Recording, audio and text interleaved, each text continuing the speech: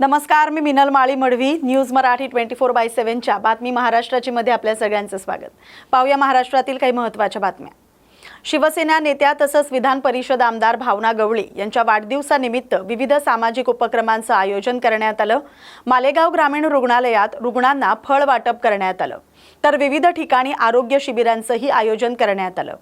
या कार्यक्रमाचं आयोजन शिवसेना तालुका अध्यक्ष प्रदीप पाटील कुटे यांनी केलं होतं. यावेळी नगराध्यक्ष, महिला तालुका प्रमुख, नगरसेवक यांच्यासह शिवसैनिक मोठ्या संख्येने उपस्थित होते. सामाजिक बांधिलकी जपत रुग्णांची विचारपूस आणि सेवा करण्यात आल्यानं उपक्रमाचं कौतुक करण्यात येते. पुणे जिल्ह्यातील खेड तालुक्यातील पराळे गावात 16 शेतकऱ्यांच्या मोटर केबल वायर चोरीला गेल्यानं शेती कामावर गंभीर परिणाम झालाय. मोटर पंप बंद पडल्यामुळे शेतीसह जनावरांसाठी पाण्याची टंचाई निर्माण झाली. दूध उत्पादनातही घट झाली, त्यामुळे शेतकऱ्यांचं आर्थिक गणित बिघडले. या घटनेमुळे शेतकऱ्यांना रात्रीचा पहारा करण्याचा सल्ला प्रशासनाकडून दिला जात असल्यानं नाराजी व्यक्त केली जाते. दिवसा शेती आणि रात्री पहारा केल्यास विश्रांती कधी घ्यायची असा सवाल शेतकऱ्यांनी उपस्थित केलाय. शेतकऱ्यांनी प्रशासनाकडे तातडीनं कारवाई आणि सुरक्षा उपाययोजना करण्याची मागणी केली. या प्रकरणाची चौकशी करून न्याय मिळण्याकडे परिसराचं लक्ष लागलंय. या बातमीचा आढावा घेतलाय प्रतिनिधी शांताराम शिंदे यांनी. आज आपण पाहू शकतोय, एकीकडे इंधनाचा जो भाडका उडालेला आहे आणि दुसरीकडे आपण समोर पाहू शकतोय पराळे या गावचे जे शेतकरी आहेत त्यांनी या ज्या ठिकाणी यांचे जे पाणी पुरवठा करणाऱ्या शेतीसाठी या जे मोटर बसवलेल्या होता, तर त्या मोटरींच्या या केबल वगैरे चोरीस गेलेल्या आहेत. तर या ठिकाणी आपण पराळे गावचे ज्यांची जी केबल गेलेली आहेत, तर ते जे काय बोलतात किंवा त्यांच्या ज्या प्रतिक्रिया काय आहेत ते आपण जाणून घेऊयात. बाबा, तुमच्या मोटरच्या केबल कधी गेलेल्या आहेत? 4 वेळा झाल्या. चौथी वेळेस आता केबल जायची. तर मला काय विचारायचं तुम्हाला, 4 वेळेला केबल गेल्यानंतर तुम्ही या संदर्भात काय प्रशासनाकडे वगैरे काय त्याचा जाब वगैरे विचारलेला आहे का? विचारला ना. मागच्या वेळेस माळुंग्याला जाऊन येऊन त्यांच्या कानावर घातलं. परत 2-3 दिवसामागं अर्ज केला. सगळ्यांची नावं बिवं दिली त्यांना. ते म्हणले आम्ही त्यांची चौकशी करू. बरं, या ठिकाणी चौकशी वगैरे काही झालेली आहे का? आजपर्यंत काहीच केली नाही त्यांनी.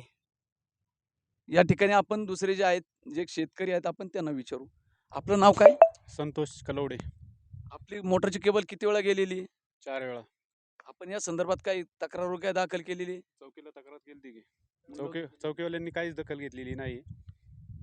तर आपण आता दुसरे एक जे शेतकरी आहेत, तर आपण जे दुसरे एक शेतकरी आहेत आपण त्यांना विचारू. आपलं नाव काय? कृष्ण विठ्ठल खेंगले. आपली मोटर केबल किती वेळेस चोरीस गेलेली? चौथी वारी यायची केबल जाण्याची.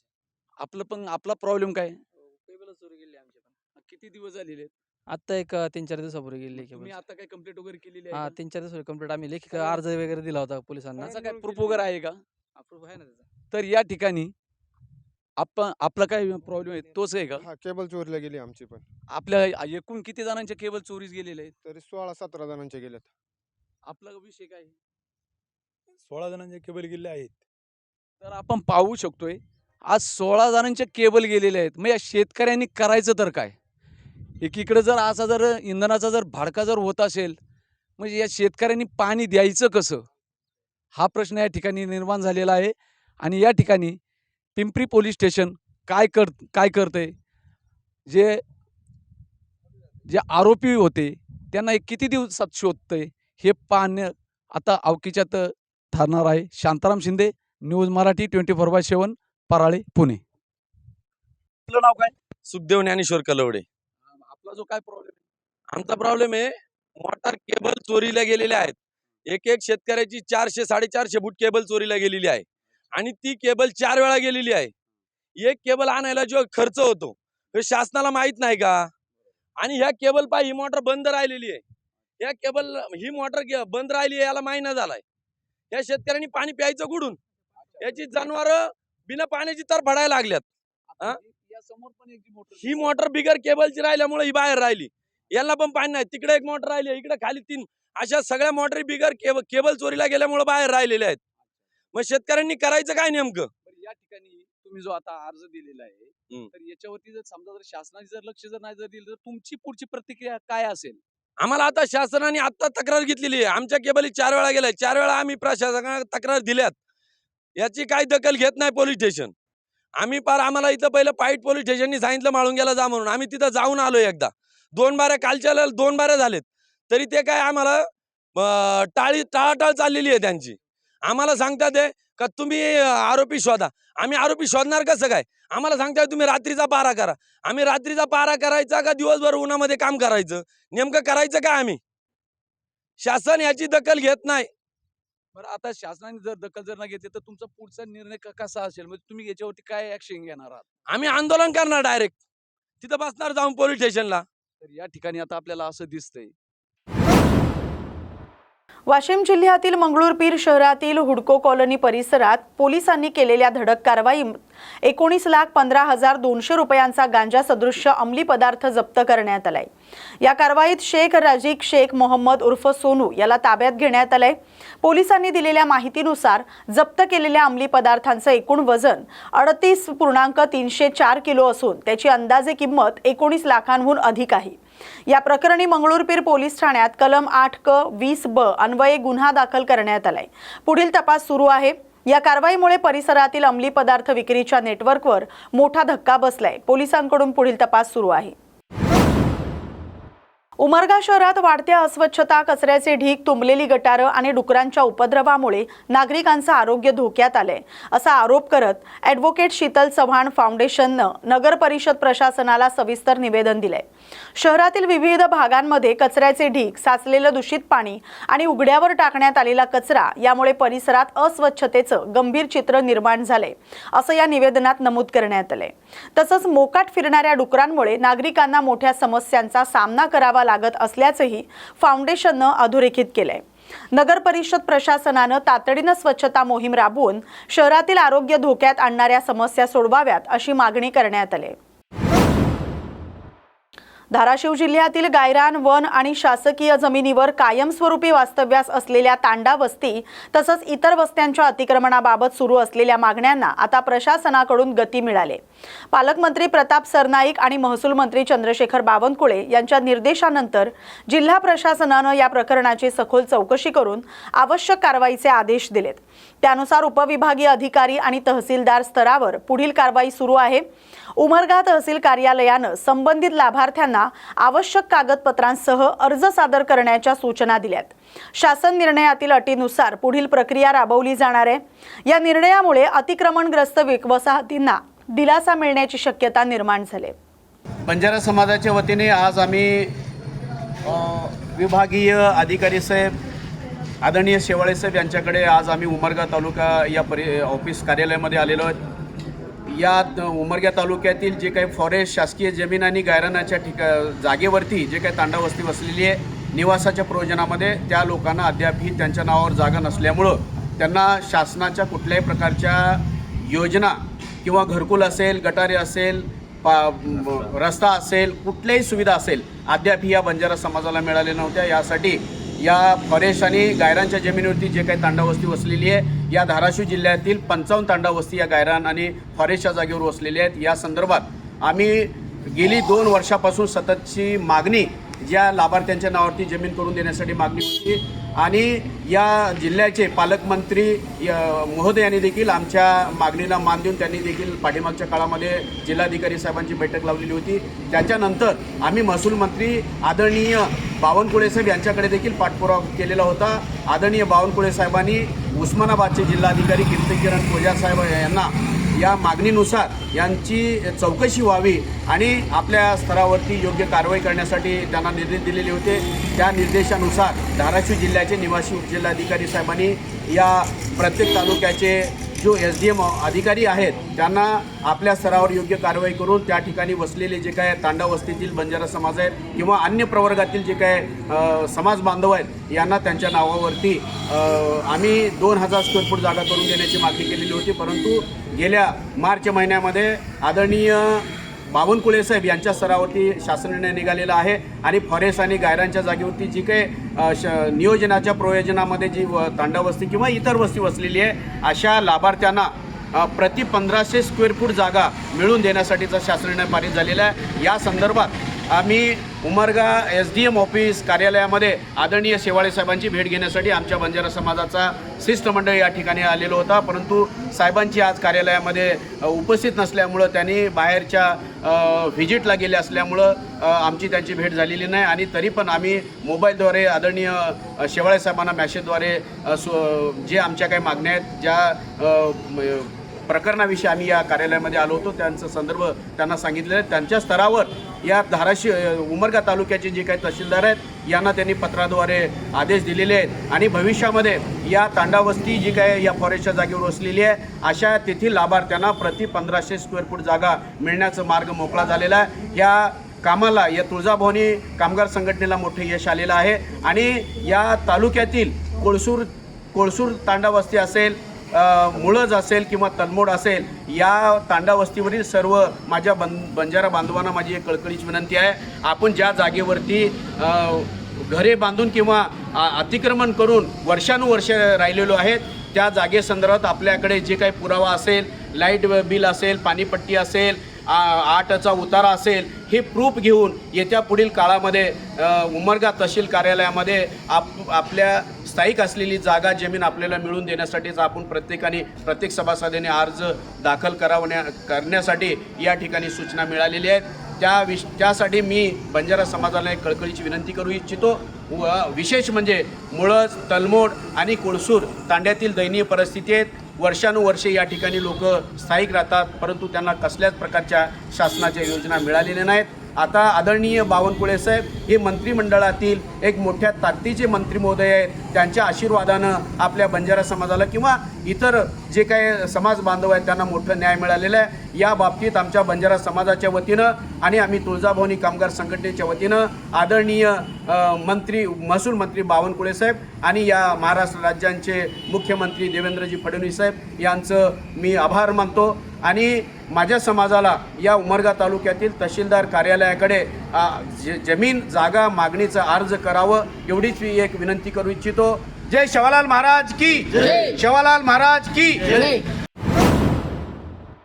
पुसद जवळील खंडाळा घाटात उन्हाच्या तीव्र झळांमुळे वन्य प्राण्यांनाही पाण्याची मोठी गरज भासत असल्याचं चित्र पाहायला मिळते. वाशिमवरून पुसदकडे जाणाऱ्या ST बस समोर अचानक एक माकड आल्यानं काही काळ वाहतूक थांबली. प्रवाशांनी माकडाला पाणी दिल्यानंतर काही क्षणातच इतर माकडांची टोळीही तिथं आली. तहानेनं व्याकुळ झालेल्या माकडांना प्रवाशांनी पाण्याच्या बाटल्या देत त्यांची तहान भागवली. हा संपूर्ण प्रकार प्रवासी लता श्रीवास यांनी मोबाईलमध्ये कैद केलाय आणि हा व्हिडिओ सध्या चर्चेत आहे. या घटनेनंतर वन्यजीवांसाठी पाणवठ्यांची गरज अधोरेखित झाली. वन विभागानं अधिक प्रभावी उपाययोजना करण्याची मागणी नागरिकांकडून केली जाते. विधान परिषदेच्या निवडणुकीच्या पार्श्वभूमीवर राजीव साबळे यांच्या हालचालींना वेग आलाय. त्यांच्या भेटीगाठींमुळे राजकीय वर्तुळात चर्चांना उधाण आलंय.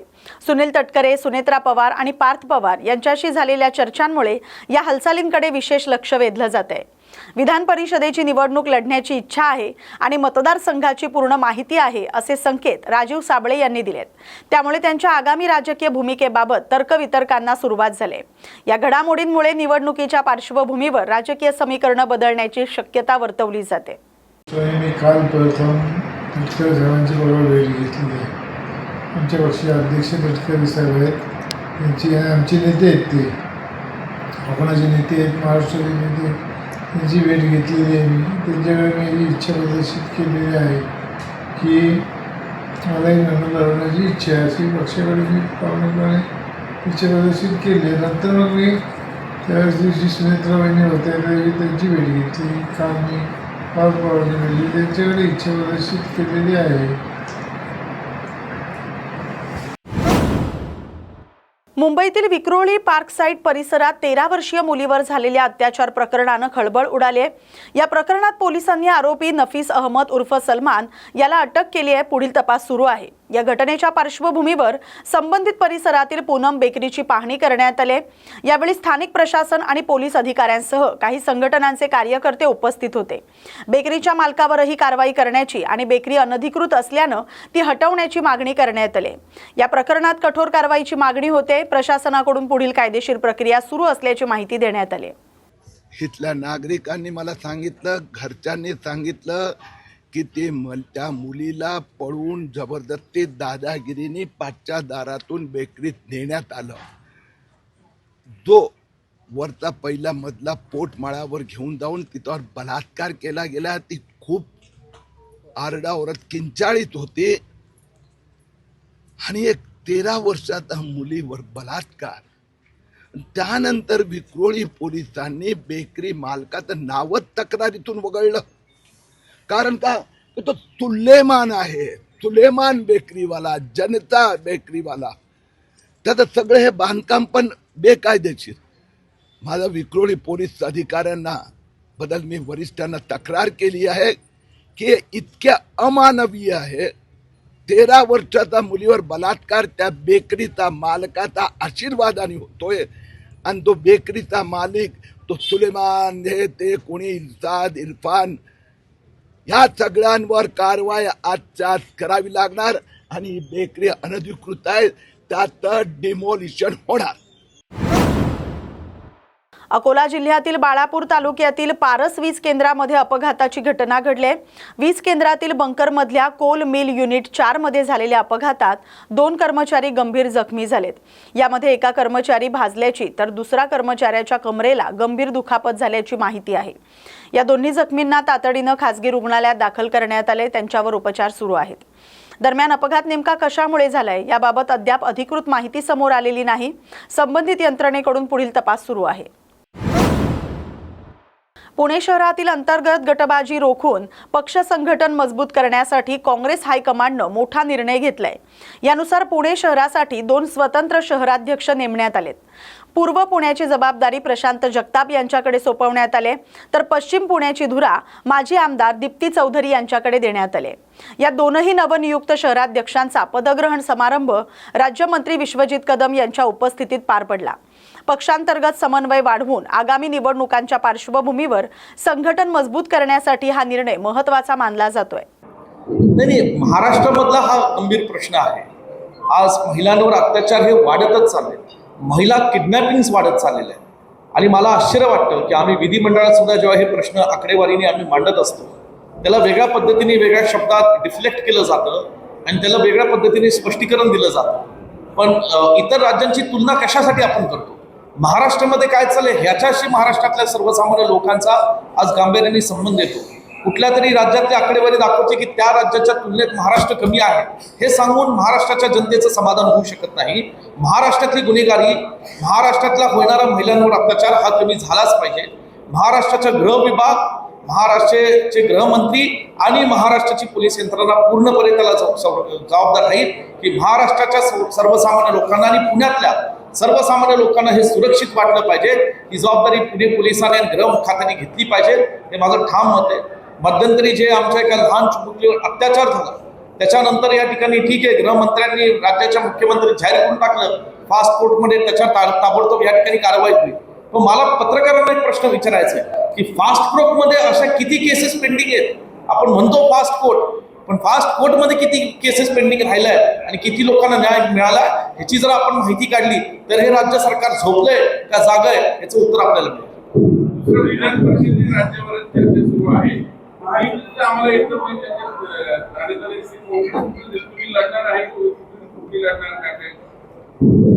विधान परिषदेच्या बाबतीत संपूर्ण महाराष्ट्रामध्ये ज्या जागा महाविकास आघाडी म्हणून लढेल त्यातनं अजून महाविकास आघाडीच्या 3 पक्षांच्या नेत्यांची चर्चा ही चालू आहे आणि काँग्रेस पक्षाच्या अंतर्गत ती चर्चा संपल्यानंतर दिल्लीतनं जे काही सूचना येतील त्यानुसार काँग्रेस पक्षाच्या वाटेला ज्या ज्या जागा येतील ते काँग्रेस पक्ष निश्चितपणे लढेल. महायुतीमध्ये काय चाललंय हे माझ्याहून अधिक तुम्हाला चांगलं माहिती. कुठले ऑडिओ क्लिप लीक होत आहेत, काय चाललंय, मग कोण कुठला उपमुख्यमंत्री मुख्यमंत्री नाराज होऊन बसलेत, उडून बसलेत. महाराष्ट्राचं आज नुसतं तेच चाललंय, एकमेकांची नाराजगी काढणं आणि महाराष्ट्रातल्या सर्वसामान्य लोकांचे प्रश्न बाजूला राहिले. शेतकरी वाऱ्यावर आहेत, महिला वाऱ्यावर आहेत.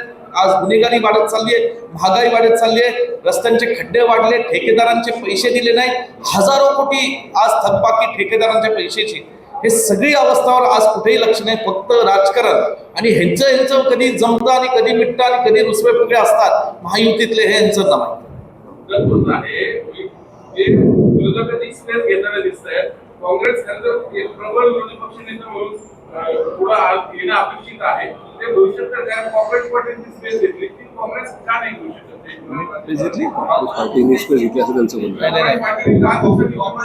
मी पुन्हा सांगतो, देशाची लोकसंख्या पाहता सोशल मीडियावर 20 मिलियन फॉलोअर होणं म्हणजे 2 कोटी लोक फॉलो होणं. आज देशामध्ये अनेक लोक आणि अनेक संघटना अशा आहेत ज्या त्याकडेच्या पुढे सुद्धा आहेत. हे लक्षात घ्या आपण. ठीक आहे, 5 ते 6 दिवसामध्ये हा एक ऐतिहासिक फॉलोईंग हे झालेलं आहे, याच्यात काही कुणाचं दुमत नाही. पण रस्त्यावर उतरून सर्वसामान्य लोकांची आणि सर्वसामान्य लोकांमध्ये अनेक घटक आहेत. ग्रामीण भागात शेतकरी आहेत, शहरी भागामध्ये तरुण महिला, शहरातले प्रश्न वेगळे, ग्रामीण भागातले प्रश्न वेगळे आहेत. त्या सगळ्या घटकांचं प्रतिनिधित्व करत त्यांच्या भावना समजून घेऊन रस्त्यावर उतरून लढाई लढणं ही गोष्ट वेगळी असते. काँग्रेस पक्षाने ही लढाई लढलेली आहे आणि आज सुद्धा सर्वसामान्य लोकांच्या हितासाठी, संरक्षणासाठी काँग्रेस रस्त्यावर उतरून ही लढत आहे आणि पुढेही लढत राहणार.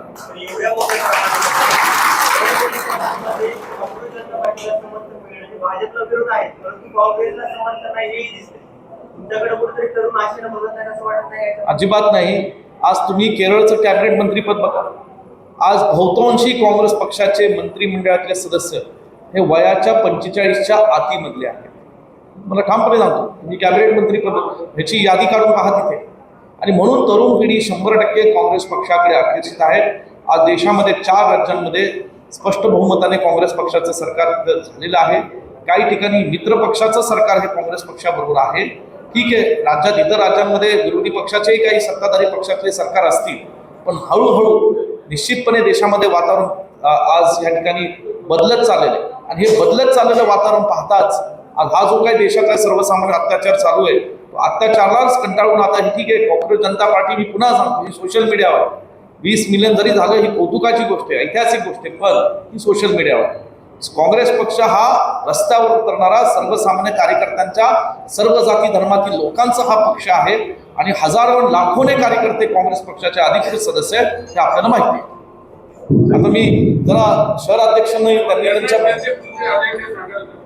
आपल्या सर्वांचं दैवत छत्रपती शिवाजी महाराज, परमपूज्य बाबासाहेब आंबेडकर, त्याचप्रमाणे समानता ज्यांनी आपल्याला शिकवली ते ज्योतिबा फुले आणि ज्यांनी महिलांच्या शिक्षणाचा पाया घातला सावित्रीबाई फुले, अहिल्याबाई होळकर, सर्व महान पुरुषांना मी प्रथम वंदन करते.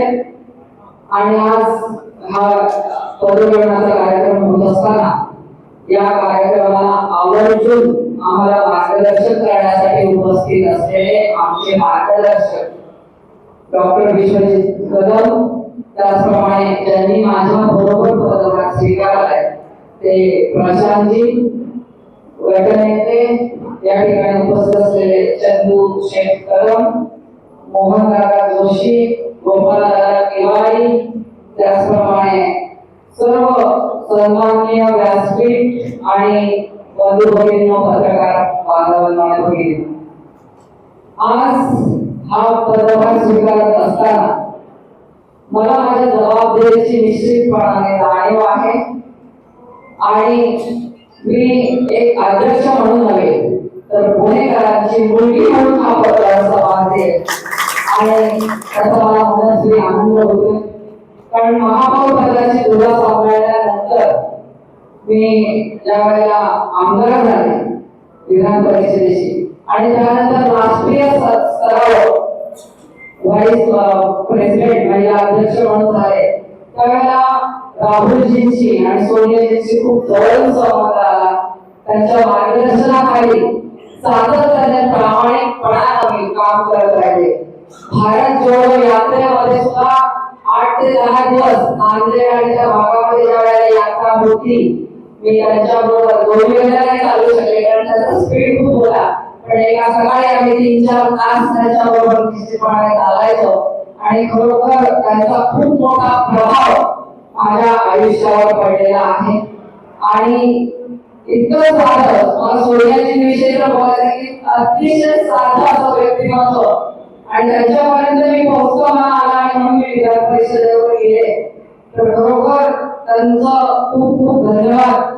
आज ज्यांच्यामुळे मी आज या ठिकाणी बसलेली आहे ते खरे साहेब असतील, राहुलजी असतील, आमचे हर्षवर्धन सत्तार साहेब असतील, विश्वजित कदम, सतेशजी पाटील, सर्व सन्माननीय आमच्या नेत्यांचं मनापासून मी आभार मानते की त्यांनी एक विश्वास माझ्यावर जो दाखवला त्याबद्दल खरोखर वेदांना धन्यवाद देते. पुणे शहराविषयी बोलायचं तर एक युवकांचा विश्वास, त्याचप्रमाणे महिलांची सुरक्षा आणि सर्वसामान्यांचे प्रश्न हे घेऊन मी जनतेसमोर जाणार आहे. आणि जे पुण्याचे प्रश्न असतील, ट्रॅफिकचा प्रश्न तर हा सर्वतोपरी आहेच, पण महिलांची सुरक्षा असेल, त्याचप्रमाणे पर्यावरणाचा प्रश्न असेल, अनेक प्रश्न पुण्याच्या एक पाणी वाटपामध्ये जी असमानता आहे, किती वर्ष आम्ही ऐकतोय की 24 तास पाणी आम्ही देणार, अनेक वर्षांपासून अनेक फक्त घोषणा होतात. दरवर्षी तेच फक्त त्यांच्या आम्ही घोषणा ऐकतो. प्रत्येक इलेक्शन आलं की भाजप सरकारचं करताना ती घोषणा पुढे करायची नसतात. त्यामुळे ते नेहमी फक्त वचन देत असतात, परंतु कुठल्याही वचन त्यांनी आतापर्यंत पूर्ण केलेले नाहीये. मला वाटते महिला म्हणून या ठिकाणी नमूद करावं असं वाटतं की महिला सुरक्षेचा प्रश्न हा अतिशय गंभीर आहे आणि त्याबाबत निश्चितपणे आम्ही सर्वजण संवेदनशील आहोत. निश्चितपणाने आम्ही या ठिकाणी जे सिटी असतील, पोलीस अधिकारी असतील, त्यांची भेट घेऊ, त्यांना या बाबतीत जे गंभीरपणा हा जो आहे तो त्याच्या लक्षात आणून देऊ, लोकांबरोबर बनवू आम्ही आंदोलन करणार, रस्त्यावर उतरणार आणि जनतेचे जे प्रश्न असतील, मला वाटतं आम्ही सर्वजण एकत्रितपणाने काम करण्यामध्ये आवर्जून सांगते. प्रशांतजी आणि मी आमच्यामध्ये कुठलेही मतभेद नाहीत आणि आमच्या शहराचे सर्व सहकारी आता सगळ्यांचीच नावं घेतली प्रशांतजी मध्ये पासून वाघवेपर्यंत आणि आळीजींपासून सर्व लाभाजींपर्यंत हे सर्व देश आपल्या पुण्याचे खूप मोठे नेते आणि त्यांचा सहभाग पुण्याच्या विकासामध्ये निश्चित आहे. आणि त्यामुळे सर्वांना बरोबर घेऊन अगदी फक्त नेतेच नाही तर अगदी तळागाळातले कार्यकर्ते असतील, सर्वसामान्य लोक असतील, त्याचप्रमाणे विविध संघटना असतील, या सर्वांना एकत्रित करून या सर्वांच्या बरोबर आम्ही पुणे शहरासाठी काम करू आणि जे काही पुणे शहरामध्ये काँग्रेस मजबूत करण्यासाठी आम्ही सर्वजण कटिबद्ध आहोत. यापुढील काळामध्ये काँग्रेस निश्चितपणे मजबूत होईल हा विश्वास या ठिकाणी मी व्यक्त करते. आणि आगामी ज्या निवडणुका असतील 2029 त्यासाठी आम्हाला राहुल गांधींना पंतप्रधान झालेलं बघायचंय आणि त्यासाठी 2029 आपला खासदार निवडून आणण्यासाठी आम्ही रात्रंदिवस एक करू आणि पुण्याचा खासदार निवडून आणू आणि राहुलजींना पंतप्रधान करण्यासाठी आम्ही अगदी जीवाचं रान करू हा शब्द या ठिकाणी मी आपल्या समाजाच्या समोर देते. आणि पुन्हा एकदा आपण सर्वजण या ठिकाणी आला आपल्या सर्वांचं आभार. या बातमीसोबतच बातमी महाराष्ट्राची मध्ये वेळ झाली आता इथेच थांबण्याची. अशाच महत्त्वाच्या बातम्यांसाठी पाहत राहा न्यूज मराठी 24/7. नवा भारत, नवा विचार.